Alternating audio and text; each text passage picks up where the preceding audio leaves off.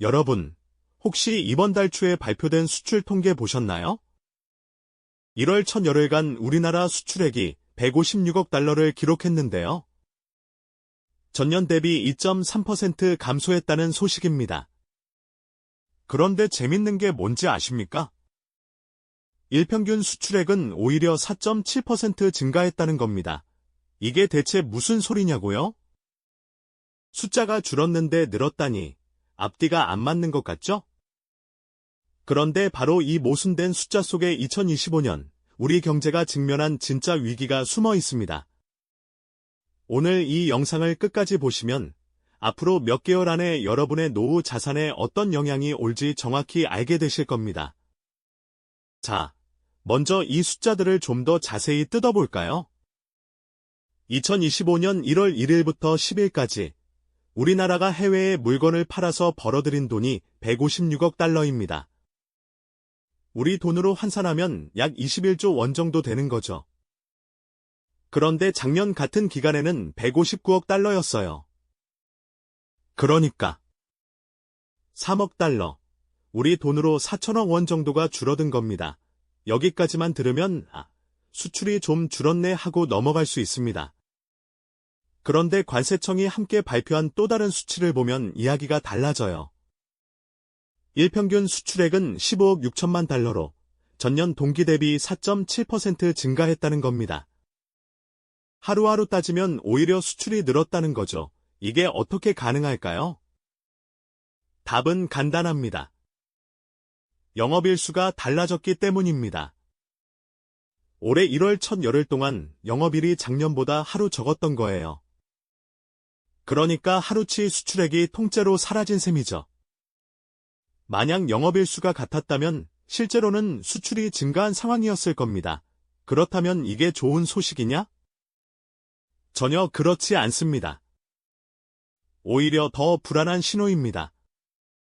왜 그런지 차근차근 설명해드리겠습니다. 먼저 품목별로 살펴볼까요? 반도체 수출이 72억 달러를 기록했습니다.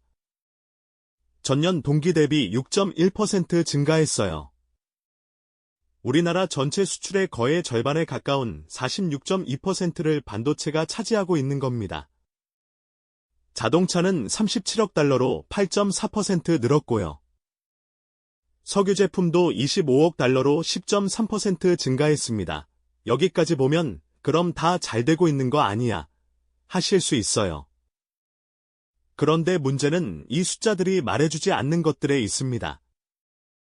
이른바 침묵하는 데이터 말이죠. 첫 번째로 주목해야 할 건 대미 수출입니다. 미국으로의 수출이 22.7%나 급증했어요. 엄청난 증가율이죠. 그런데 왜 이렇게 갑자기 늘어났을까요? 트럼프 2기 행정부가 출범하면서 각종 관세 인상 가능성이 제기되고 있기 때문입니다. 기업들이 관세 폭탄 맞기 전에 미리미리 물건을 실어 나르는 거예요. 이걸 전문용어로 프론트 로딩 효과라고 합니다. 쉽게 말하면 폭풍 오기 전에 미리 창고를 채워두는 거죠. 문제는 이게 지속 가능하지 않다는 겁니다. 창고가 가득 차면 더 이상 주문이 들어오지 않습니다. 그때가 되면 수출이 급격히 꺾일 수밖에 없어요. 실제로 1980년대 후반에도 비슷한 일이 있었습니다. 미국이 일본 제품에 대한 관세를 올리겠다고 예고했을 때 일본 기업들이 앞다투어 물건을 미국으로 실어 날랐어요. 그해 상반기 수출이 30% 넘게 급증했죠. 하지만 하반기에는 그 반동으로 15% 이상 폭락했습니다. 창고에 쌓인 재고가 소진되는 동안 새 주문이 끊긴 겁니다. 두 번째로 살펴봐야 할 건 중국 시장입니다. 중국으로의 수출이 14.3%나 감소했어요. 이건 단순히 중국 경제가 안 좋아서만은 아닙니다. 더 구조적인 문제가 있습니다. 중국이 이제 우리 제품을 덜 필요로 하게 됐다는 겁니다. 특히 반도체나 디스플레이 같은 중간재 분야에서 중국의 자체 생산 능력이 급격히 향상됐어요. 예전에는 우리한테서 사갔던 부품들을 이제는 중국 기업들이 직접 만들어 쓰고 있다는 거죠. 구체적인 사례를 들어볼까요? 2020년까지만 해도 중국의 스마트폰 제조사들이 디스플레이 패널의 60% 이상을 한국에서 수입했습니다. 그런데 2024년 말 기준으로 이 비율이 30% 아래로 떨어졌어요. 비오이나 캐소티 같은 중국 업체들이 기술력을 빠르게 끌어올린 결과입니다. 이게 왜 심각하냐면 중국은 우리나라 전체 수출의 약 20%를 차지하는 최대 수출 시장이기 때문입니다. 이 시장이 구조적으로 흔들리고 있다는 건 단순히 경기 순환의 문제가 아니라는 거예요. 물이 새는 구멍이 점점 커지고 있는 겁니다. 세 번째 경고 신호는 수입 감소입니다. 같은 기간 수입액이 162억 달러로 전년 대비 5.0% 줄었어요. 일평균으로 따져도 0.6% 감소했고요. 수입이 줄었다는 건 뭘 의미할까요? 기업들이 원자재나 부품을 덜 사들인다는 겁니다. 왜 그럴까요? 앞으로 생산량을 줄일 계획이기 때문입니다. 공장을 덜 돌리려고 준비하는 거예요. 이건 기업들이 앞으로의 수요를 비관적으로 보고 있다는 명확한 신호입니다. 특히 원유 수입이 눈에 띄게 줄었어요. 이건 정유 산업뿐만 아니라 화학, 플라스틱, 섬유 등 연관 산업 전체에 영향을 미칩니다. 마치 혈관에 피가 덜 돌기 시작하는 것과 같아요. 당장은 문제가 안 보이지만 시간이 지나면서 각 기관의 산소 공급이 부족해지는 거죠. 자, 그럼 이 세 가지 신호를 종합해 볼까요? 미국 수출은 관세 우려 때문에 일시적으로 급증했고, 중국 수출은 구조적으로 약화되고 있으며, 수입 감소는 기업들의 비관적 전망을 보여줍니다. 이게 의미하는 건 뭘까요? 2025년 상반기는 겉으로 보기엔 괜찮을 수 있습니다. 프론트 로딩 효과로 수출 통계가 그럭저럭 유지될 테니까요. 하지만 하반기로 갈수록 상황이 급격히 악화될 가능성이 높습니다. 미국 창고의 재고가 소진되고 중국의 자체 생산이 더 늘어나면서 우리 제품 수요가 동시에 줄어드는 시점이 올 겁니다. 여기에 더해 또 하나의 변수가 있습니다. 바로 환율입니다. 현재 원달러 환율이 1350원대에서 움직이고 있는데요. 만약 미국이 실제로 고율 관세를 부과하고 이에 대응해 우리 정부가 환율을 올리는 방식으로 수출 경쟁력을 지키려 한다면 어떻게 될까요? 환율이 오르면 수출 기업들은 좋을 수 있습니다. 같은 달러를 벌어도 원화로 환산하면 더 많이 받으니까요. 하지만 여러분처럼 은퇴하셨거나 은퇴를 준비하시는 분들에게는 직격탄입니다. 왜 그럴까요? 첫째, 수입품 가격이 오릅니다. 석유, 천연가스 같은 에너지 가격이 오르면 전기료, 가스비, 교통비가 다 올라가죠. 식료품 중에서도 수입 의존도가 높은 품목들, 예를 들어 밀가루, 식용유, 커피, 과일 같은 것들의 가격이 뛰어오릅니다. 둘째, 금리 인상 압력이 생깁니다. 환율이 오르면 물가가 오르고, 물가가 오르면 한국은행이 금리를 올려야 한다는 압박을 받아요. 금리가 오르면?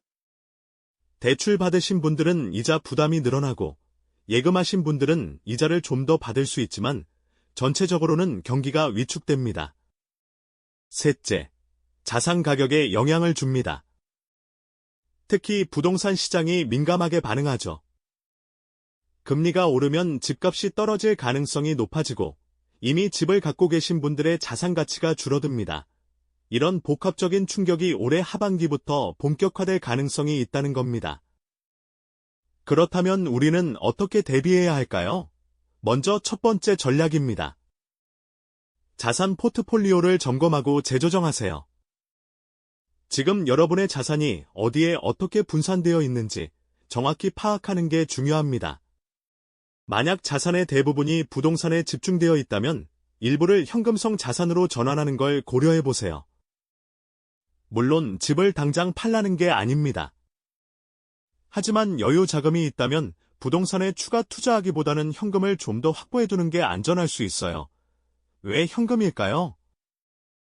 경제가 불확실할 때는 유동성이 생명입니다. 집값이 떨어지거나 예상치 못한 지출이 생겼을 때 바로 쓸 수 있는 돈이 있어야 하거든요. 마치 폭풍이 올 때 비상식량을 준비해두는 것과 같습니다. 구체적으로는 전체 자산의 20에서 30% 정도는 현금이나 단기 예금, MMF 같은 형태로 보유하는 게 좋습니다. 금리가 아직은 괜찮은 편이니까 6개월에서 1년짜리 정기예금에 나눠 넣어두는 것도 방법이에요. 두 번째로, 달러를 일부 보유하는 걸 생각해 보세요. 환율이 오를 것 같다고 해서 모든 돈을 달러로 바꾸라는 게 아닙니다. 하지만 전체 자산의 10% 정도는 외화 자산으로 분산하는 게 리스크 관리 차원에서 도움이 될 수 있습니다. 은행에서 달러 예금을 하거나 해외 ETF에 투자하는 방법이 있어요. 특히 해외여행을 자주 가시는 분들이라면 환율이 상대적으로 낮을 때 미리 달러를 사두는 것도 실용적인 선택입니다. 세 번째로, 고정 지출을 점검하세요. 매달 나가는 통신비, 보험료, 구독 서비스 같은 것들 말이죠. 물가가 오르고 생활비 부담이 커질 가능성이 높으니까 지금부터 불필요한 지출을 줄여두는 게 중요합니다. 예를 들어 휴대폰 요금제가 정말 자신에게 맞는지 확인해 보세요. 데이터를 그렇게 많이 안 쓰는데 비싼 무제한 요금제를 쓰고 계시다면 좀 더 저렴한 요금제로 바꿀 수 있어요. 보험도 마찬가지입니다. 중복 보장이 있거나 불필요한 특약이 붙어 있다면 정리하는 게 좋습니다. 구독 서비스는 더 쉽게 정리할 수 있죠. OTT 플랫폼 여러 개 가입해놓고 실제로는 한두 개만 보시는 분들 많으세요. 안 보는 건 과감하게 해지하세요. 한 달에 10,000원씩만 줄여도 1년이면 12만 원입니다. 두 번째 전략은 소득원을 다각화하는 겁니다. 은퇴하셨다고 해서 더 이상 돈을 벌 수 없는 건 아니에요. 오히려 요즘은 시니어분들이 활용할 수 있는 기회가 많아졌습니다. 먼저 정부나 지자체의 일자리 프로그램을 알아보세요. 노인 일자리 사업이나 시니어 인턴십 같은 프로그램들이 있어요. 급여가 크지는 않지만 매달 일정한 수입이 생기고 사회활동도 할 수 있다는 장점이 있습니다.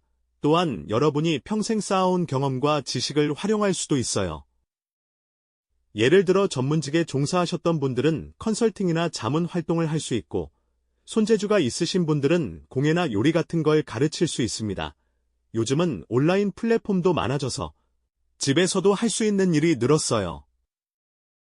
크몽이나 숨고 같은 플랫폼에서 자신의 전문성을 제공할 수 있고, 유튜브나 블로그로 지식을 나누면서 광고 수익을 얻을 수도 있습니다. 물론 큰 돈을 벌기는 어렵습니다. 하지만 한 달에 30만 원에서 50만 원 정도만 추가 수입이 생겨도 생활비 부담이 크게 줄어들어요. 1년이면 360만 원에서 600만 원입니다.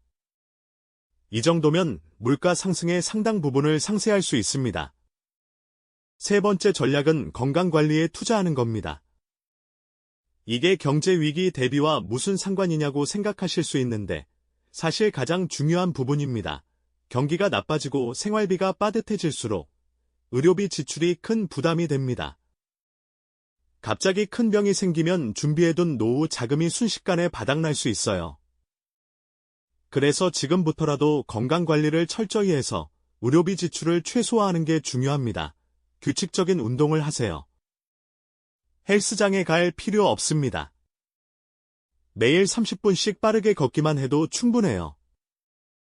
연구에 따르면 꾸준한 걷기 운동만으로도 심혈관 질환 위험이 30% 이상 감소할 수 있다고 합니다. 식습관도 중요합니다. 가공식품과 인스턴트를 줄이고 채소와 과일을 많이 드세요. 특히 짠 음식을 줄이는 게 중요해요. 고혈압이나 당뇨 같은 만성질환은 식습관 관리만 잘해도 상당 부분 예방할 수 있습니다. 정기검진도 빠뜨리지 마세요. 국가에서 제공하는 무료 건강검진을 꼭 받으시고 필요하다면 추가 검사도 받으세요. 병은 초기에 발견할수록 치료비가 적게 들고 완치 가능성도 높아집니다. 건강검진 비용 몇십만 원이 아깝다고 미뤘다가 나중에 수천만 원 들여 치료하는 것보다는 훨씬 낫겠죠. 네 번째 전략은 정보를 지속적으로 업데이트하는 겁니다. 경제 상황은 빠르게 변합니다. 오늘 맞는 전략이 내일은 틀릴 수 있어요. 그래서 항상 최신 정보를 접하고 상황 변화에 맞춰 대응 방식을 조정해야 합니다. 뉴스를 챙겨보세요. 특히 경제 뉴스, 부동산 뉴스, 금리 관련 뉴스를 주시하는 게 좋습니다. 요즘은 유튜브나 팟캐스트로도 쉽게 정보를 얻을 수 있으니 본인에게 맞는 채널을 찾아서 구독하세요. 전문가의 조언을 구하는 것도 좋습니다. 은행이나 증권사에서 무료로 제공하는 상담 서비스를 활용하세요. 물론 그들이 권하는 상품을 무조건 사라는 건 아니지만 현재 시장 상황이나 투자 전략에 대한 인사이트를 얻을 수는 있습니다. 가족이나 친구들과도 정보를 나누세요. 특히 같은 세대의 분들과 이야기를 나누다 보면 자신이 놓친 부분을 발견하거나 좋은 아이디어를 얻을 수 있어요. 다만 근거 없는 소문이나 투자 권유는 조심해야 합니다. 항상 공식적인 출처로 팩트 체크를 하는 습관을 들이세요. 5번째로, 정부 지원 제도를 적극 활용하세요. 많은 분들이 본인이 받을 수 있는 혜택이 있는지도 모르고 지나칩니다. 시간 내서 한번 알아보시면 의외로 도움받을 수 있는 게 많아요. 기초연금, 노령연금 같은 기본적인 것부터 확인하세요. 소득이 일정 수준 이하면 받을 수 있는데 신청을 안 하면 아무도 알아서 안 줍니다. 주민센터에 가시거나 복지로 웹사이트에서 확인할 수 있어요. 에너지 바우처, 통신비 감면, 문화 누리 카드 같은 것도 있습니다. 한 가지는 작아 보여도 다 합치면 1년에 수십만 원에서 100만 원 이상 절약할 수 있어요. 지자체마다 독자적으로 운영하는 프로그램도 있으니 본인이 사는 지역의 구청이나 시청 홈페이지를 확인해 보세요. 교통비 지원, 건강검진 추가 지원, 식사 지원 같은 다양한 혜택이 있을 수 있습니다. 자, 여기까지가 구체적인 대응 전략들이었습니다. 하지만 이 모든 걸 한 번에 다 하려고 하면 부담스러울 수 있어요. 그래서 우선순위를 정하는 게 중요합니다. 가장 먼저 할 일은 현재 자신의 재정 상태를 정확히 파악하는 겁니다.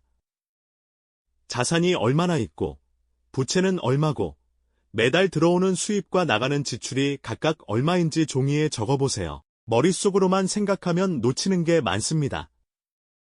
실제로 적어보면 생각보다 지출이 많거나 불필요한 항목이 눈에 들어와요. 그 다음에는 가장 취약한 부분부터 보강하세요. 현금이 부족하다면 현금 확보가 우선이고, 건강에 문제가 있다면 건강관리가 우선입니다. 부채가 많다면 고금리 대출부터 갚는 게 급선무겠죠. 마지막으로 장기 계획을 세우세요. 앞으로 5년, 10년 동안 어떻게 살 것인지 그림을 그려보는 겁니다. 구체적일 필요는 없어요. 큰 그림만 있어도 일상의 작은 결정들을 내릴 때 방향을 잡는 데 도움이 됩니다. 여러분, 솔직히 말씀드리면 앞으로 몇 년은 쉽지 않을 겁니다. 수출이 흔들리고, 환율이 오르고, 물가가 뛰는 상황에서 고정 수입에 의존하는 시니어분들이 체감하는 어려움은 클 수밖에 없어요. 하지만 위기는 동시에 기회이기도 합니다. 지금 제대로 준비하신 분들은 오히려 이 시기를 잘 넘기실 수 있어요. 남들이 허둥지둥할 때 침착하게 대응하시는 분들이 결국은 더 안정적인 노후를 보내시게 됩니다. 무엇보다 중요한 건 포기하지 않는 겁니다. 나이가 들었다고, 은퇴했다고 해서 할 수 있는 게 없다고 생각하지 마세요. 여러분에게는 평생 쌓아온 경험과 지혜가 있습니다. 그걸 활용하면 충분히 이 어려운 시기를 헤쳐나갈 수 있어요. 작은 것부터 시작하세요. 오늘 당장 통장 정리해보고 불필요한 구독 서비스 하나 해지해보세요. 내일은 30분 산책하시고 모레는 주민센터에 가서 받을 수 있는 혜택이 뭐가 있나 물어보세요. 이런 작은 실천들이 쌓이면 어느새 든든한 방패가 되어 있을 겁니다. 그리고 혼자가 아니라는 걸 기억하세요. 가족이 있고, 친구가 있고, 이웃이 있습니다. 정부도 여러 지원 제도를 운영하고 있고요. 도움이 필요하면 주저없이 손을 내미세요. 서로 돕고 정보를 나누면서 함께 이겨낼 수 있습니다. 2025년 1월의 수출 통계가 우리에게 보낸 경고를 가볍게 넘기지 마세요. 하지만 그렇다고 두려워만 할 필요도 없습니다. 준비하는 사람에게 위기는 위기가 아니니까요. 다음 영상에서는 구체적으로 어떤 금융상품을 선택해야 하는지, 환율 변동에 어떻게 대응하면 좋은지 더 자세히 다뤄보겠습니다. 여러분의 노후가 조금이라도 더 안정적이고 행복하기를 바라는 마음으로 계속해서 유용한 정보를 전해드릴게요. 그럼 다음에 또 만나요. 건강하시고 현명한 선택하세요.